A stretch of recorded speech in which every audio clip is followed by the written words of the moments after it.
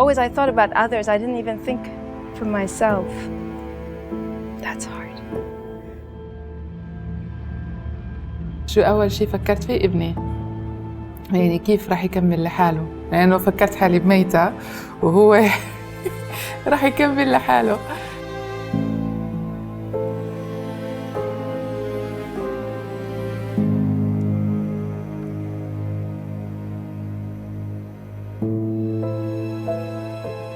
When someone asked me and talked to me about it, they're like, wow, the first thing you thought about was your sisters. I said, yeah, I thought about them. I thought about my niece, my nephew, whom I really love. أول 3 أيام كنت كأني مش موجودة في الدنيا نهائياً، يعني مرفوعة ومش عارفة وين أنا. A total despair, very lonely.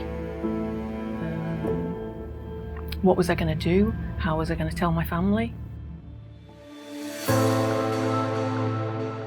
What Jules wanted to do was the raising awareness, and I think here in the Gulf it was something that was needed because a lot of women don't feel they can talk about this sort of thing with other people. It's all kept very, or it was kept very, I suppose, undercover, very quiet, off to the side somewhere. We don't discuss that, you know, breast cancer, nothing. أصلاً أنا المرض كله ما كنت عندي خبرة عليه أصلاً، ما يعني بيكون هذا المرض يعني بنخاف منه ولا بنقرب عليه. The whole raising awareness and having it out there in people's faces, I suppose, and the fact obviously it's pink. Everybody loves pink.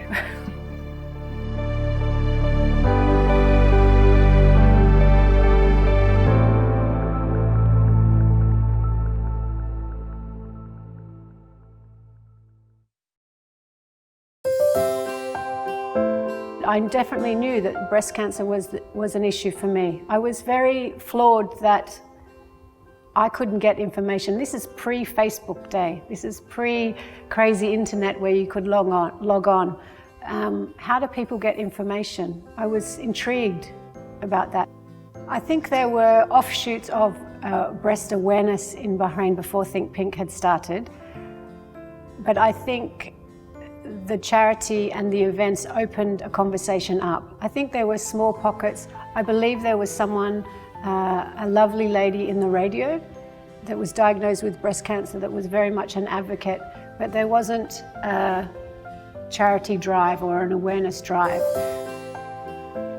Well, for me, there was no hidden motive, no breast cancer history in the family or myself. I had come back from college where awareness in the West was much more higher than it was here.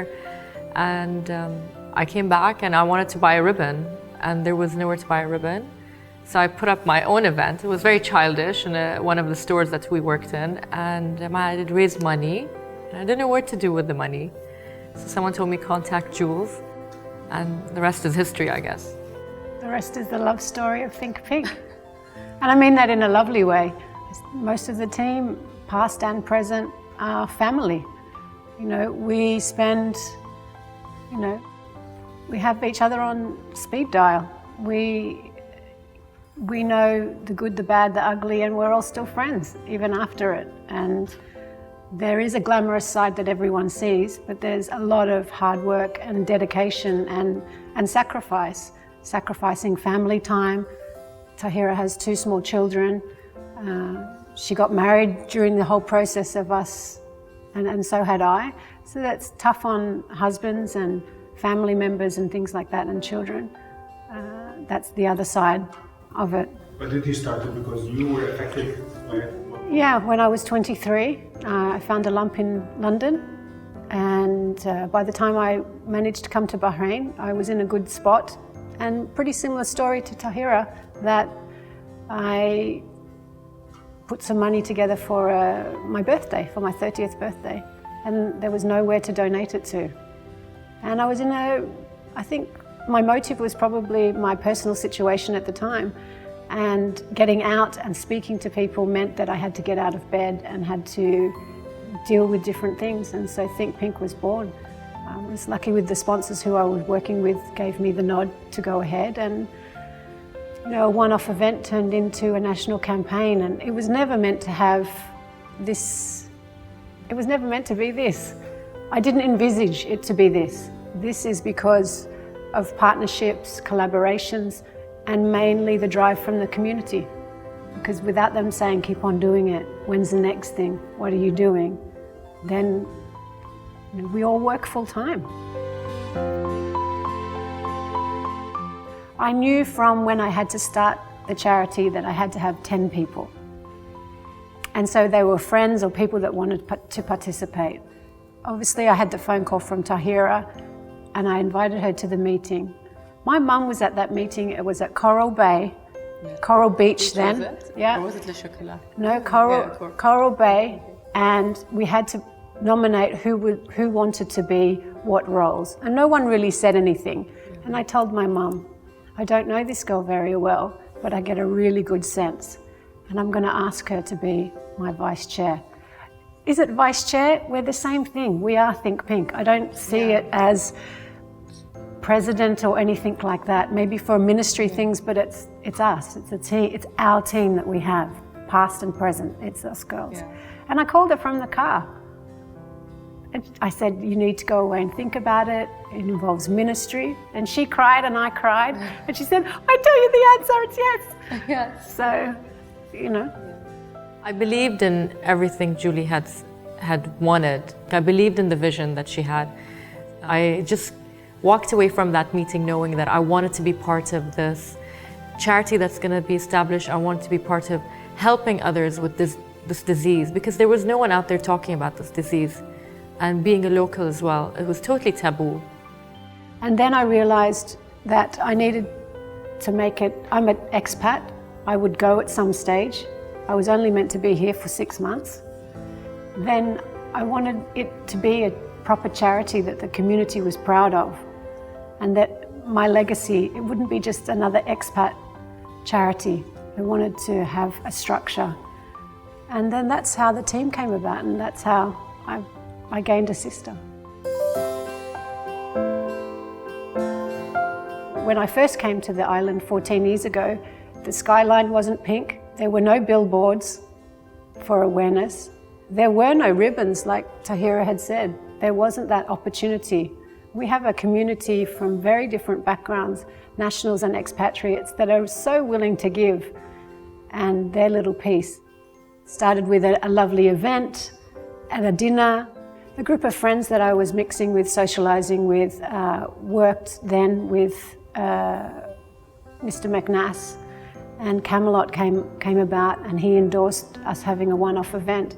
And so then it was getting sponsors of goodies and that sort of thing, make it appealing for people wanting to buy a ticket. Julie, I met her first through Karim, my son, who introduced her to me, and he said to me that Julie has a cause. She herself had something to do with breast cancer, and she has now adopted a cause. I felt immediately, of course, I said, I'm very willing and happy to help in any way I can. She came to see me, and I knew that she was genuine, and I said to her that you got all my support. And she said, well, I'd like to use one of your venues if you give me a very good deal. And I said to her, don't worry about the deal, just tell me which one you wanted. And at the time, the group was still very small. So she said, how about using Camelot? And I said to her, with great pleasure. So I immediately, of course, adopted the cause and became, if you like, an infantry soldier in it. The reason why I felt also very close is because I lost my mother at the age of 14 from breast cancer. And at that time, of course, the knowledge of breast cancer and what you can do to avoid the final destiny, if you like, was not known at that time. Medicine was still in very early stages of developing cures, etc., that were not drastic, if you like. And 100 people came, and people were waiting at the door to get tickets. We had no marketing. I'm a nurse. I didn't know what a USB was. I didn't know PowerPoint. I know heart attacks and I'm great at my job, but that sort of marketing side of it, we knew nothing. And that one event raised 5,000 dinar, and the sponsors who I were looking for matched it. Obviously, I had to be transparent about where the funds were going. So we were able to donate 10,500 dinar to the Bahrain Cancer Society for the National Mammography Drive.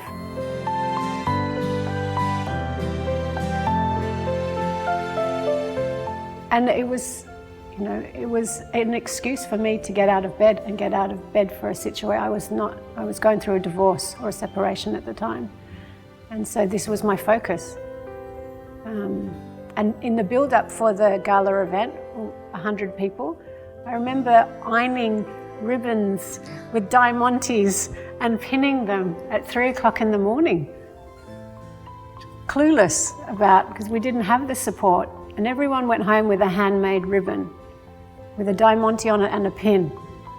And, that was enough for me until I was approached by someone seeing my patient at the time who said, focus on this, keep going, keep doing.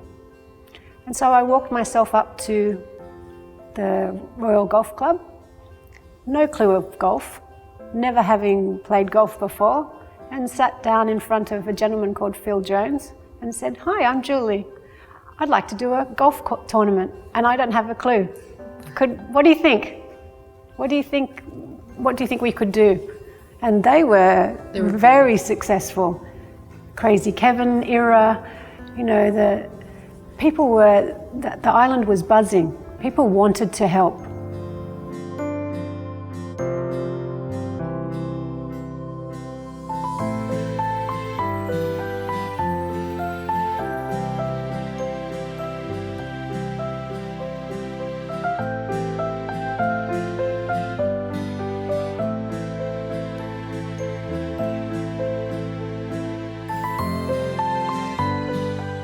We're a very active charity.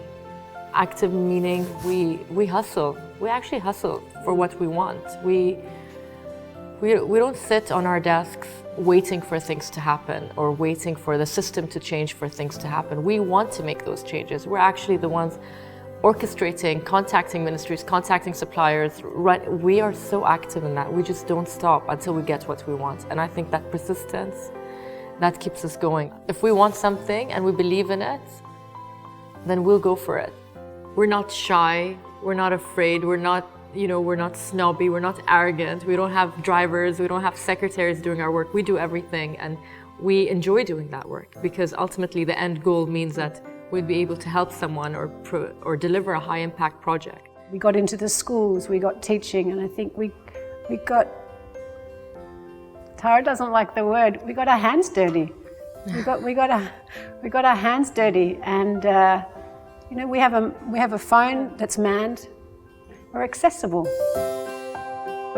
My story started towards the end of February, and I was just in the shower on a Thursday evening, having, as you do, washing, and I felt a lump.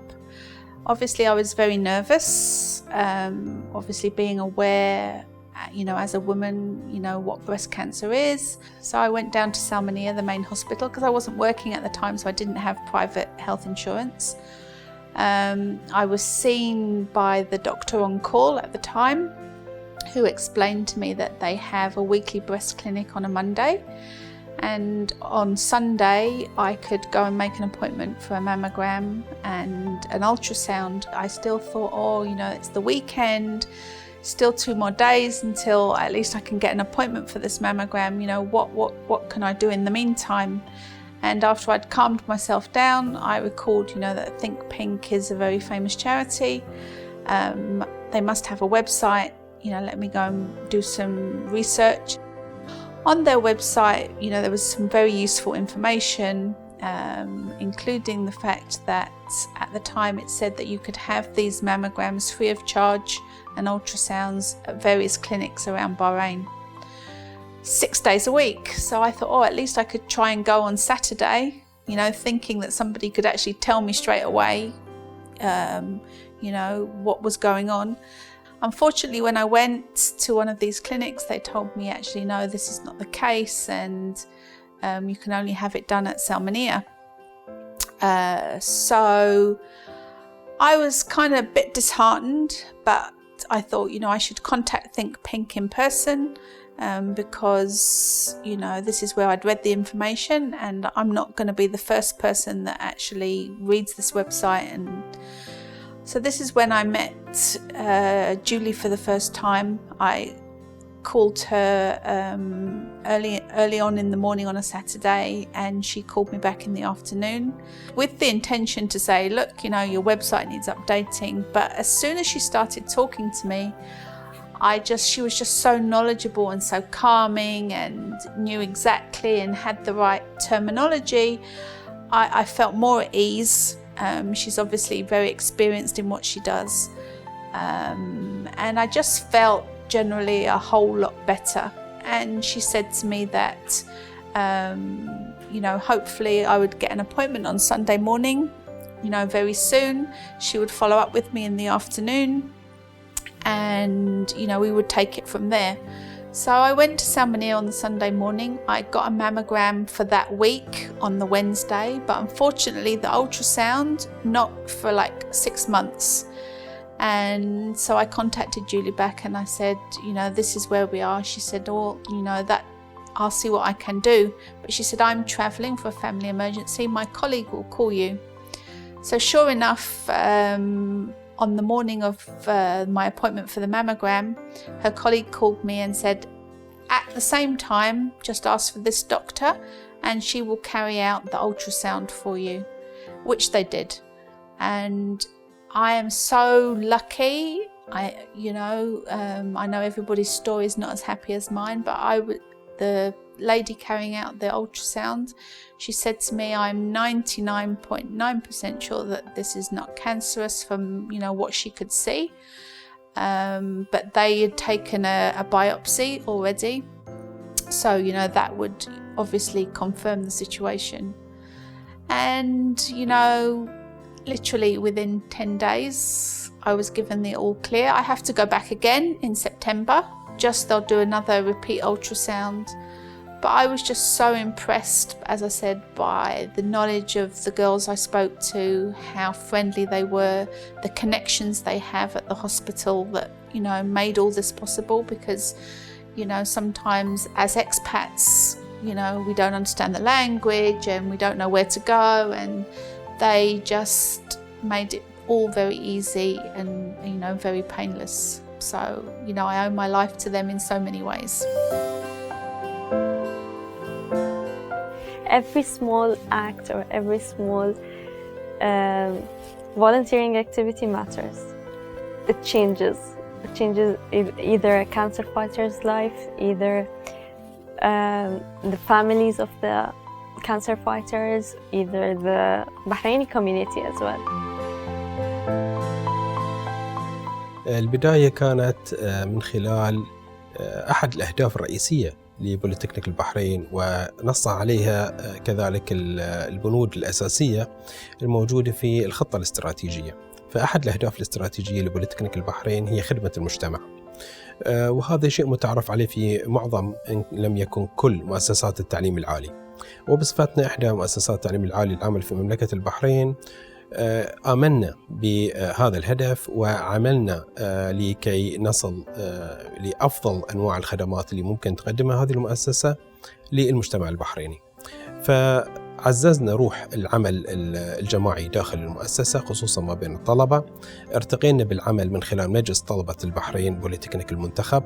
حفزنا الطلبة على التطوع في الأعمال الخيرية والأعمال المتعددة لخدمة المجتمع.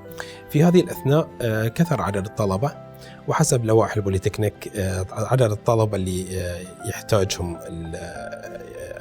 تحتاجهم البوليتكنيك لتأسيس نادي المتطوعين يجب أن لا يقل عن 50 شخص، وبالفعل وصل العدد إلى ما يفوق 120 طالب وفي فترة قياسية. وهذا يعكس روح المجتمع البحريني المتحاب والمتعاون. من خلال هذه الفعاليات اللي كنا كنا ندعمها لمجلس الطلبة، وكذلك ندعم النادي المتطوعين للعمل بها. كان هنالك مشاريع متعددة لخدمة الثينك بينك. فأعتقد في أول سنة كان هناك مسيرة في جزر أمواج تلتها مجموعة من الفعاليات الصغيرة، ولكن مع ازدياد أعداد الطلبة وتنوع الأفكار وتعددها ما بينهم والتقاء الإدارة التنفيذية المستمر مع الطلبة، جئنا بفكرة أفضل، وهي فكرة استخدام القدرات الكامنة لدى الطلبة وكذلك القدرات اللي اكتسبوها من خلال التعلم داخل البوليتكنيك لخدمة المجتمع بشكل أفضل. ومن هذه الخدمات كانت استغلال قدرات طلبتنا في الويب ميديا والويب ديزاين لتنفيذ مشاريع تحاكي روح الجيل الحالي. الجيل الحالي يحب السوشيال ميديا، يحب يتواصل عن طريق السوشيال ميديا، والاهتمام يكون أكبر. فكان في اجتماعات متعددة ما بين الإدارة خدمة المجتمع ومع مجموعة من الطلبة مع إدارة الجمعية، وكانت حلقة الوصل أو همزة الوصل الشيخة في الخليفة. Awareness is always important, and it's a pivotal role, and it's ongoing. We have partnered up with Bahrain Polytechnic to launch a video to tackle taboos, and part of the mission is to change and create a mind shift and bringing on a personal attribute to the cases that we were bringing forward. And with that video, it has been circulated to the local media, and it did take a spin because it started a dialogue. Everyone came around saying, well, you know what, it did affect someone I know, and I can relate to what they've said. I can relate to what was mentioned, and I understand the perspective you're coming from. So to us, that dialogue is the first step forward to change. Our mission in raising awareness is continuous, and with every generation there's a set of beliefs. There might be wrong beliefs that we need to tackle and we need to change, and it's maybe the youth that could make the change. People are not even aware how to perform breast self-examinations, and with Think Pink we always try to bring forward the importance of performing breast self-examinations. And because people are not aware of how to perform that, they don't know what's their normal. And when you do not know what your normal, you don't know what to expect. So we always preach for being familiar with your own makeup. With cases that we've come along to know about, there were misconceptions in terms of sharing personal encounters with loved ones, and be it friends, be it family, and society shunning out the individuals who did have breast cancer. In the sense of we have a lot of misconceptions of the disease itself. When that girl had breast cancer, she was told that it's better not to mingle with her friends or family, just because they thought that if she did, that the disease would be contagious. And it's upsetting because at this stage in life, you would expect people to know that it's not contagious and it does not affect anybody but the person himself. There's still more to be done. There's more awareness to be made, and there's more focus that needs to be done through a local perspective to reach those communities and make them better aware of how to support the patient with breast cancer.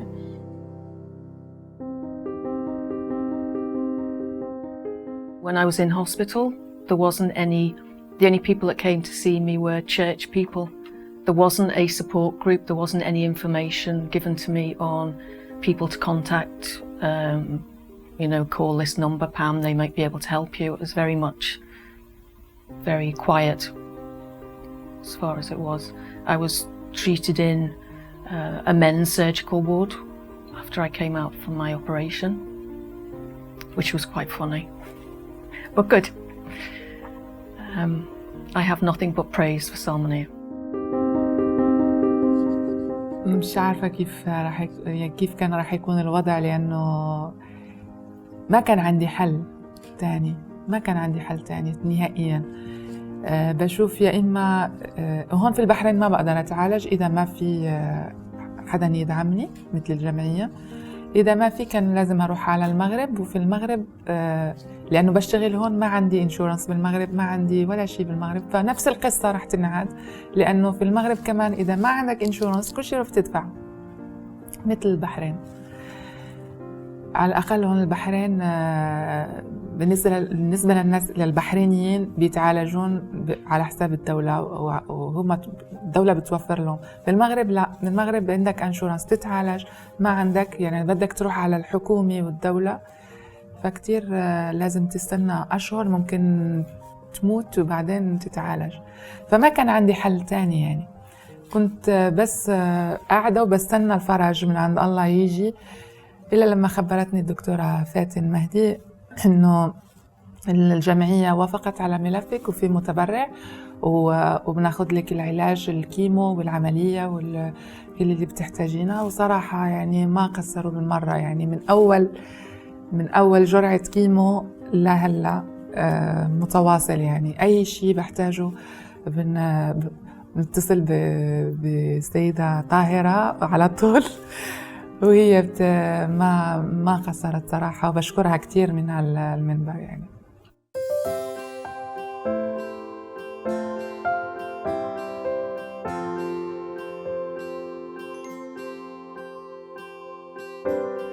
The history of the machine goes way back, probably to 2009 or even earlier.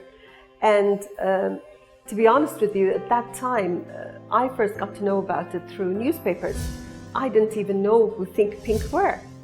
I remember reading this article in the newspaper saying that Think Pink were collecting money to donate an MRI machine to Salmania Medical Complex. So here I was saying, I'm in Salmania, MR machine, this is probably the biggest machine.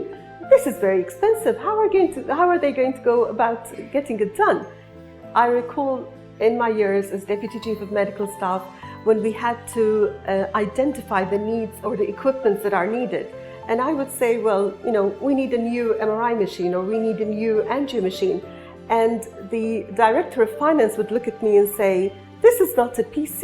It's not like, you're going to get the latest version every single year. Because as you know, a lot of our equipment are quite expensive.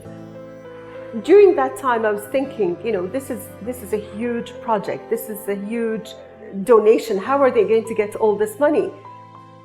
3 years it took us to raise 400,000 dinar, and then we went with the information and we were told that the situation had changed and we had to go back to retendering. So that retendering process took 18 months. We went through many challenges, many ups and downs. You can imagine from 2009 until 2016, when this machine was installed, they had to realize what the challenges were working in a government environment, having to go through all the procedures. We had to also discuss about the infrastructure, the need for a substation for power supply. They were very understanding and they were extremely cooperative. And they wanted to listen to us. So they didn't, from day one, they said, look, we're not dictating anything. We want to help, we want to provide the machine, and we need you to guide us. And I think that is the reason for the success of this project. It showed the large amount of determination, perseverance, and willpower from Think Pink in collaboration with us as a government institution to provide this kind of service to all the citizens of Bahrain.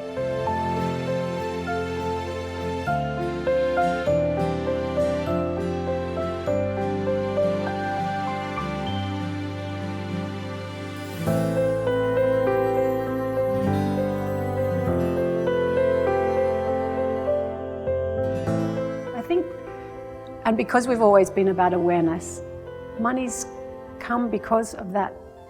It was always secondary.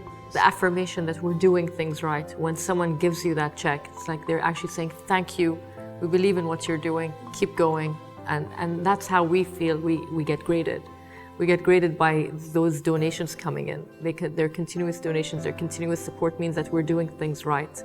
And then we feel the pressure to want to deliver more projects. So we're delivering more high impact breast cancer guidelines for the kingdom, a mobile application coming on board, and the longest ribbon challenge.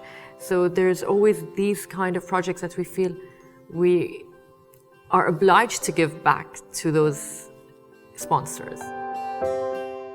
We've never shelved any project. Definitely, like, you know, in 2011, there was an option to shelve it and come back, but we just kept going. We're not shelving anything, we're going, and we're gonna get this, and just gonna go sit down in Salmani Medical Complex, and it's gonna offer free readings for everyone who needed it, not just breast cancer patients. We have other patients using this machine, but we were very focused.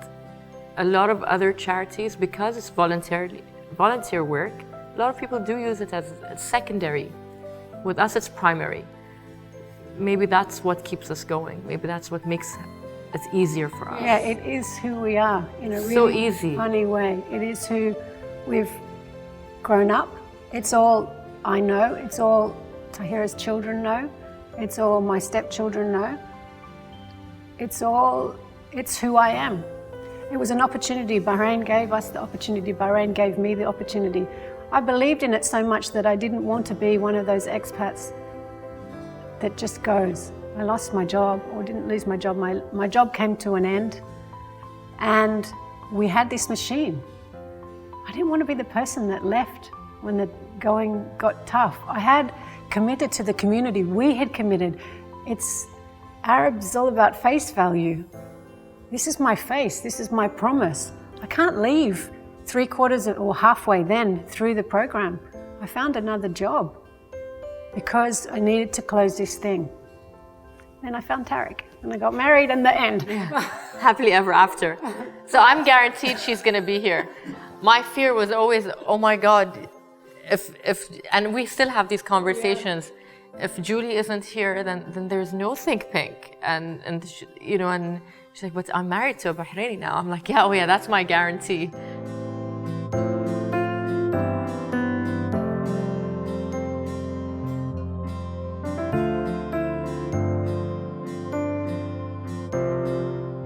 I think with breast cancer being such a sensitive disease, it's not like we can knock on someone's door and say, here, we're here to help. The ways we can help is by empowering the doctors, the nurses, providing those platforms for them to be, because they are the ones communicating, they're the ones dealing with the client, the patient.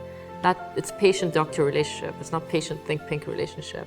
But how we can help is definitely make sure that the tools are available, whether they're diagnostic, the education, the research, everything's available to these doctors, to the institutions, to the ministry, for them to be able to do a better job.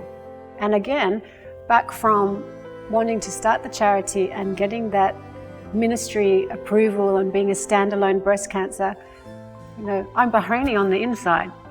We don't sponsor expats. We only sponsor nationals, because we both believe that getting an international education and coming back to help the community has a bigger impact. I completed my master's degree in 2012 from RCSI Dublin in molecular medicine. And when I came to Bahrain, I've noticed that breast cancer is becoming common. A remarkable characteristic about the disease in Bahrain It's the early age of onset and advanced stage at presentation, where the majority of cases are being diagnosed before they are 40 or 50 years old. There's another feature that you can see the disease is accumulating in specific families. Sometimes you can see like 2 first-degree relatives developing the disease before they are 35 or 40 years. So it's all contribute to undetermined genetic factors hiding within the population. So I was just reading it through, and I've written a proposal, and I said, why don't I just study the genetic profile for the genes that are associated with the disease in these familial cases in Bahrain? And then we approached ThinkPink with all the evidence that we compiled. We've spoken, we proposed the idea to Ms. Julie, and the project was funded. I'm so grateful to the fund that we've received from ThinkPink. So without their support, this work has never been achieved. Their support started when they believe in the project. So it means a lot to me at that stage, because I remember I approached Michael that I'm not happy with the technique that I'm working in, and it's time consuming, and at the end I can't even publish the data that I'm working in, and I'm just putting more effort and time in it. And he told me about ThinkPink, and he need to schedule a time that we can meet Julie. And it was so helpful. She was approving the project like within 24 hours of our meeting. So we're so happy and glad. So believing in the project, supporting us, that's very good. The project wouldn't have been able to progress to this stage without ThinkPink's input. It just wouldn't happen. The technique that we were carrying out, as I said, was a more traditional method. To be able to have high therapeutic screening using the NGS system isn't in Bahrain. Currently, we don't have those systems here, so it was fantastic that ThinkPink were able to be progressively thinking towards this research. In order to get high therapeutic data, carrying out traditional electrophoretic techniques is not enough for international peer-reviewed publications. So the funding from ThinkPink allowed us to be able to have breast cancer blood samples analysed using next generation sequencing, which was carried out in Japan. The analysis of the data was then all carried out within Bahrain as a collaboration between RCSI, the Al Jawara Centre, and Bahrain Defence Force. So this allowed us to bring it all together at a very, very high therapeutic molecular level. The results of this study, we've seen a couple of mutations that increase the risk of developing breast cancer. And interestingly, we've seen one mutation that it's been reported only in Bahrain and in a very recent study in Qatar. So suggesting that it might be novel to Gulf. So we need to have like enough amount of data for this mutation to be registered in the BIC, so it's accredited worldwide. The data from these registries are able to support for national screening programs, and Bahrain would be in a position to be able to have a national screening program that's specific for the Bahraini people, for Bahraini women that are at higher risk of developing breast cancer if they have particular mutations within this BRCA1 and BRCA2 gene. So it's more in the lines of a personalised medicine, identifying for earlier diagnostic, earlier treatment as a result of earlier screening, and this can save lives. The outcome of this project is that we published our study in highly esteemed international journal. This article, it's in the journal Molecular Genetics and Genomic Medicine, and it's a great attribute to Bahrain and the GCC region that there's research being focused on breast cancer. And this is proper cutting-edge research, and funding came from ThinkPink. So it's fantastic to see that we have charity organisations carrying out research at this level. We have some amazing doctors and nurses and physiotherapists Bahraini who come back and help the community. And we've realised there's a gap. There was no lymphedema therapists on the island, none. And lymphedema is one of the side effects for having breast cancer and a mastectomy. There was no one on the island. And again, we said, right, this can't be happening. Bahrain needs to have lymphedema specialists. There is no way we cannot have a lymphedema specialist. And why are we here if we can't provide that? We have 12 now. Yeah, we have 12, and they're in the 3 big teaching hospitals. It was a great honor for me to be selected as sponsor student to complete my postgraduate studies and master in nursing. When I complete my master in nursing and I graduate, I feel like I complete one of my goals. The early detection plays an important role. It will make many things easy, better chances for treatment. Quality of life will be different. We try to help, but they have to help themselves. Who was your youngest breast cancer patient? 30, and she's my best friend. Yeah, and she noticed she have lump. She have family history, and then she have been diagnosed. But she's very strong person. She fight the disease. She diagnosed 2 times with breast cancer. She feel like she's in a journey. She will start and she will end it. She was very strong. She was very happy about it. She fight the disease. She try her best, and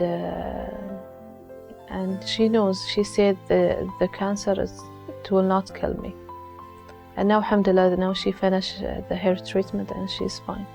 In many occasions, I see patients, their families start crying when they know about the cancer. They don't have proper information about it. They don't know what will go on next. And this is feel them scared about. Maybe they will die, what their kids will do, how the lives will go.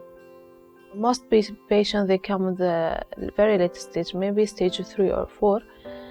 They need to go for chemotherapy and have the surgery.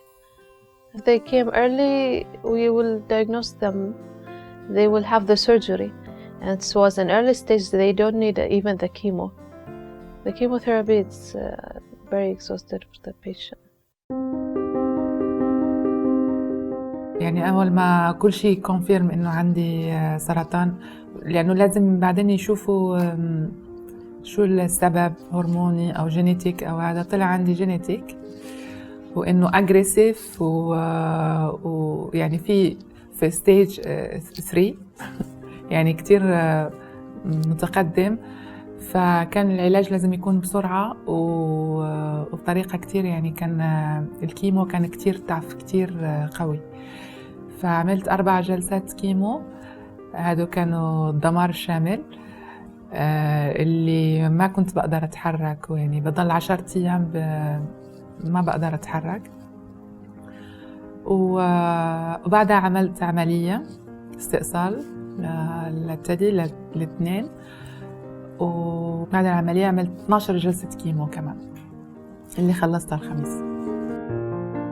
اجتني فترة انه خلاص ما حاعمل علاج، ما راح اعمل شيء، اللي بده يصير يصير، اللي بده الله يكتبه، انا ما إلي، المهم انا ابني يكون كويس بس.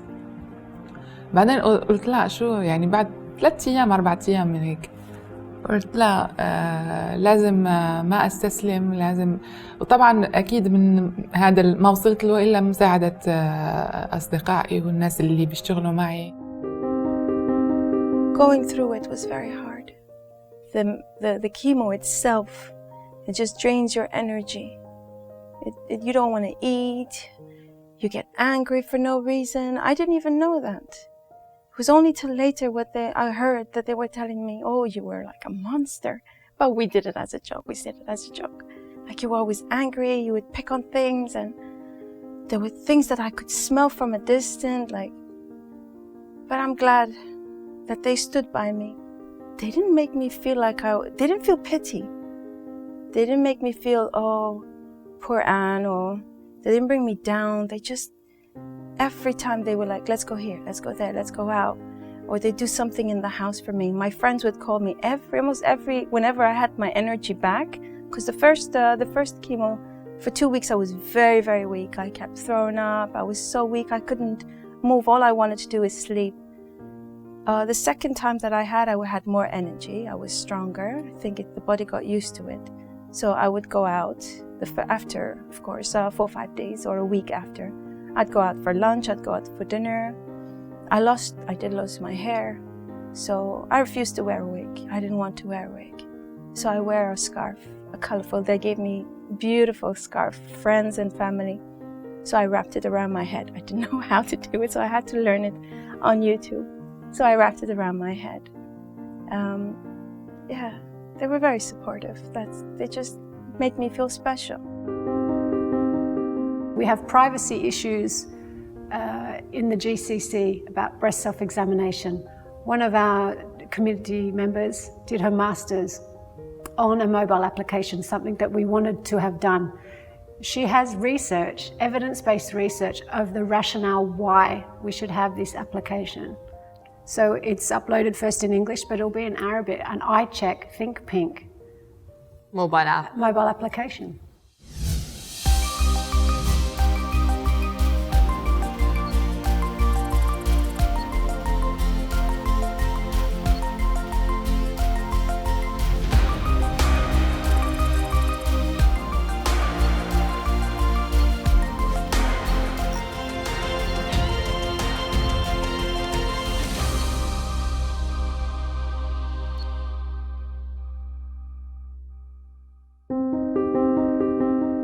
باخد شاور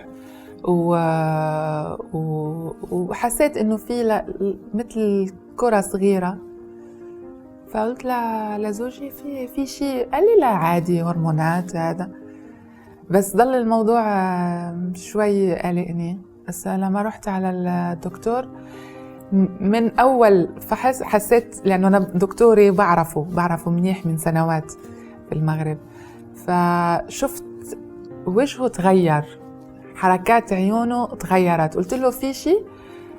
قال لي لا هذا بس كنترول عادي، هلا بعطيكي شوي فحوصات زياده بنسويها وبنشوف. لانه انا دائما كل سنه بروح بعمل تشيك اب، يعني مش واحده يعني مخليه حالي وعادي، لا كل سنه بروح وبعمل وبشيك وهذا. بس من السنه اللي فاتت لهالسنه خلال 6 شهور اجى المرض ووصل لمراحل متقدمة من غير ما أشعر.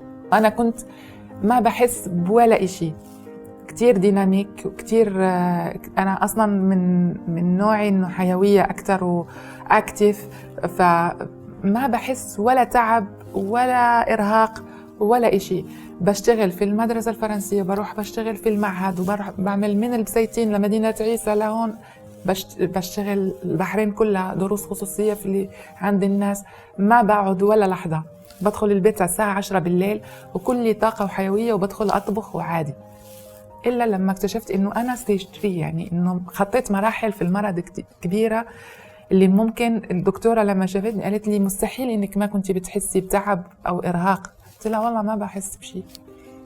فهي المساج اللي بدي أقول، حتى لو ما بتحس الناس ما بتحس بألم أو بتعب أو في شيء، لازم يروح الواحد على الدكتور يشوف، يشخص، يعمل تشيك اب، تحاليل، يشوف حاله شو فيه، لأنه يعني مستخبي بيكون. قلت يا إما حهزمه يا إما حيهزمني، ولازم أهزمه وخلاص، ودخلت في المعركة. It's all over, and I did it really quick. There are others that in a late stage that they're taking it harder than what I went through. Imagine stage 2 with the chemo that I did. For me it was hard. Imagine what others are going through. I advise anyone, go catch it early before it's too late, because the dosage is difficult, it's hard.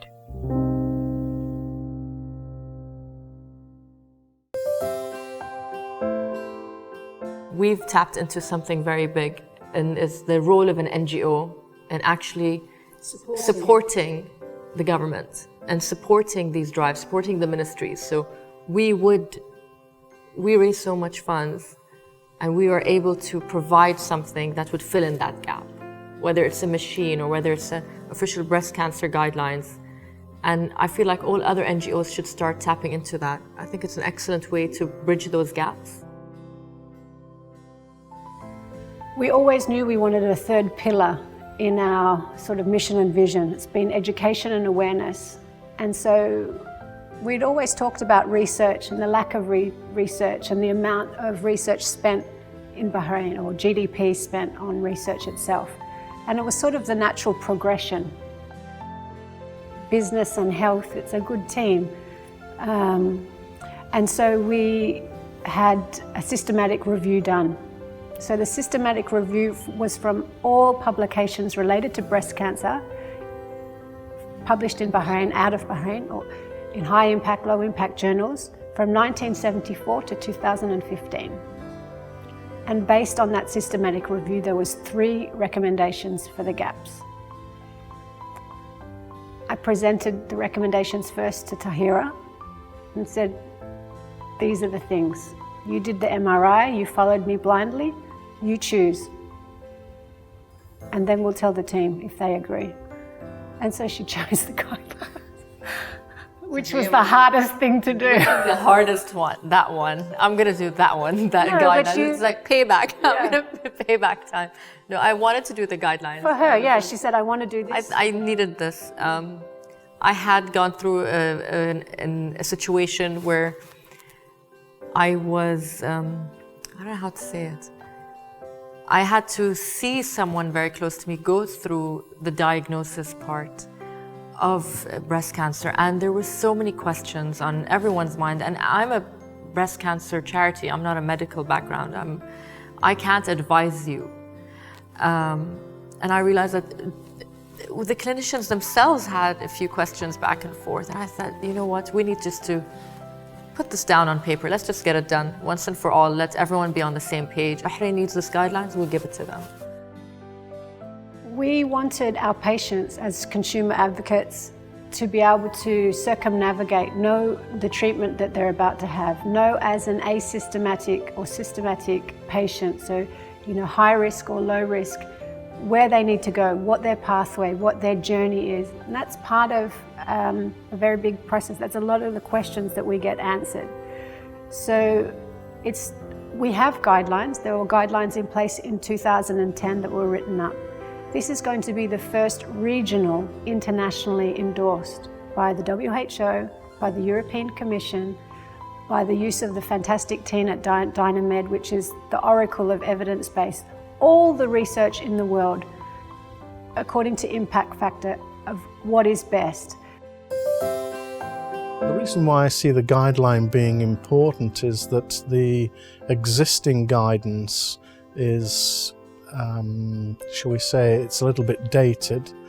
It was incomplete, and that's not a criticism. It provided a great foundation, but guideline development has moved on apace, and there are certain criteria, particularly if the guideline is to be recognised internationally, so that people can say this guideline matches international standards. Not that we should always aspire to international standards, but it's important for many, many reasons. And I think one of the reasons that we've tried to do that is to also make sure that it's also adapted to local conditions. And there are local conditions, whether they be social, cultural, religious, whatever, and those need to be factored in. So we've tried to make sure that the guideline matches those international standards, but again is generalizable to our conditions here in the Gulf and specifically Bahrain.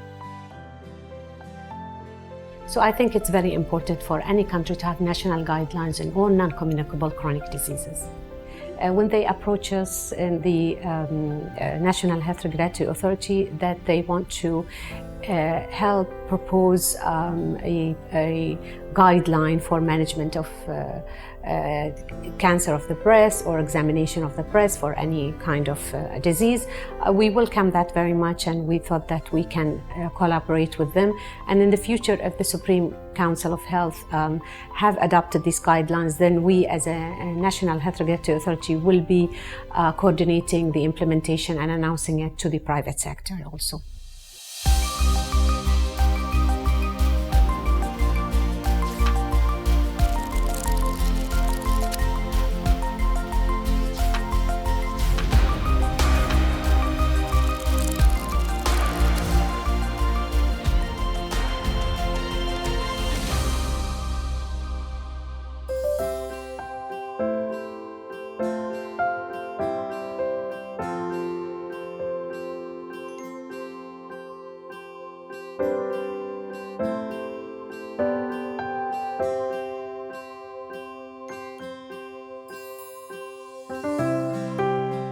I had to do, just to go to aerobics to get her friends to do that, I had to do a session at aerobics.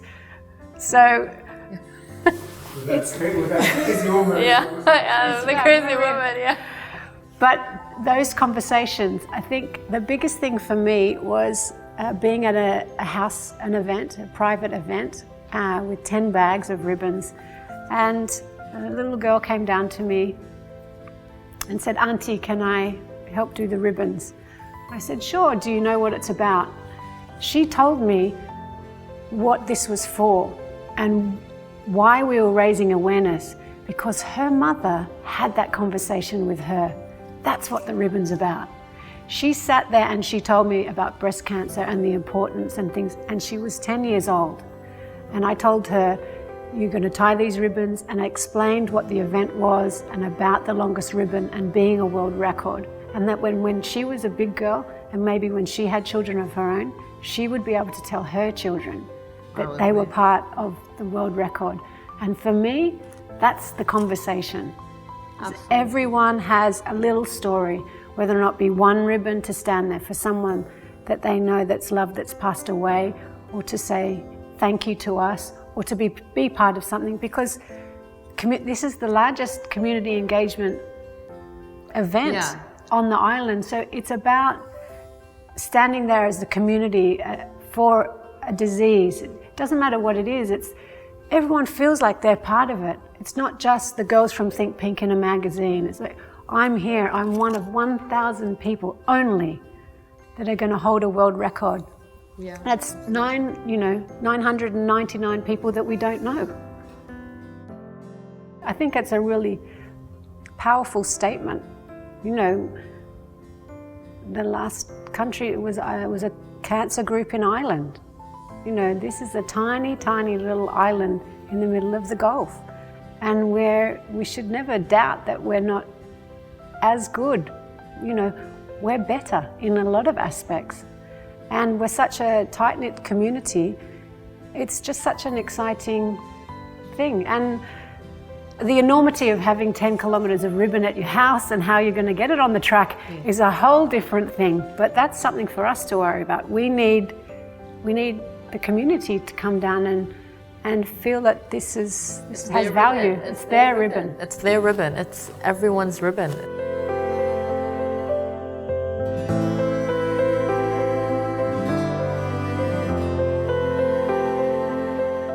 I think there's an awful lot more people aware of breast cancer and a lot more people going for screening now because of what Jules has done, because of the way she's got it out there. This is our fight. We're fighting for the people that are going to be diagnosed, for them to know that there's people that care. You can just touch one person's life, you can make one difference, then that's enough.